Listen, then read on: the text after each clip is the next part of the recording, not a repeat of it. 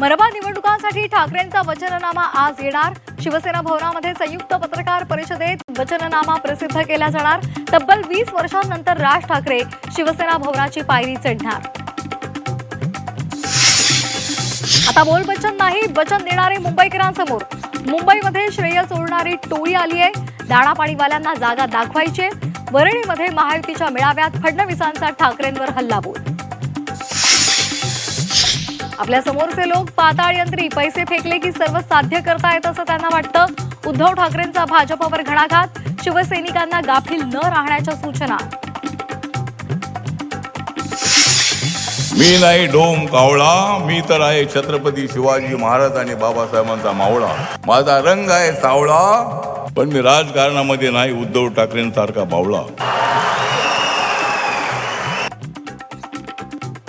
मुंबईमधील महायुतीच्या प्रचार सभेत केंद्रीय मंत्री रामदास आठवले यांची कवितेतून उद्धव ठाकरेंवर घणाघाती टीका। चित्रपटातील व्हिलन लक्षात राहतो, हिरो मात्र लक्षात राहत नाही। हे चित्र बदलायला हवं।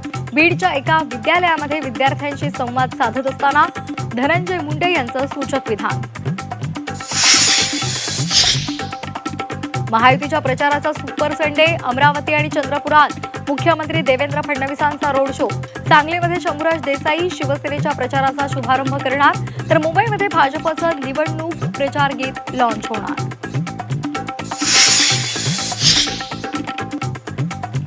शिवसेना उद्धव बाळासाहेब ठाकरे पक्षाकडून बंडखोरांवर कारवाईचा बडगा।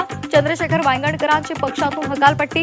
वसईतील हरिश्चंद्र पाटील आणि दिलीप कुरसेकर यांच्यासहित अनेकांना पक्षातून हाकललं।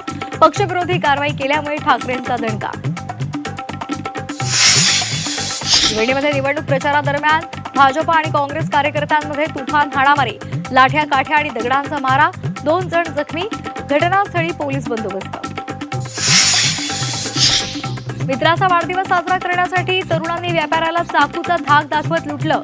जालन्यामधील श्रीकृष्णनगर रुक्मिणीनगर परिसरातली घटना। व्यापाऱ्याला लुटणाऱ्या 4 जणांना अटक। व्हेनेझुएलावर अमेरिकेची सत्तांतर होत नाही तोपर्यंत आम्हीच कारभार पाहू। हल्ला करून राष्ट्राध्यक्ष मादुरो यांना ताब्यात घेतल्यानंतर डोनाल्ड ट्रम्प यांची घोषणा।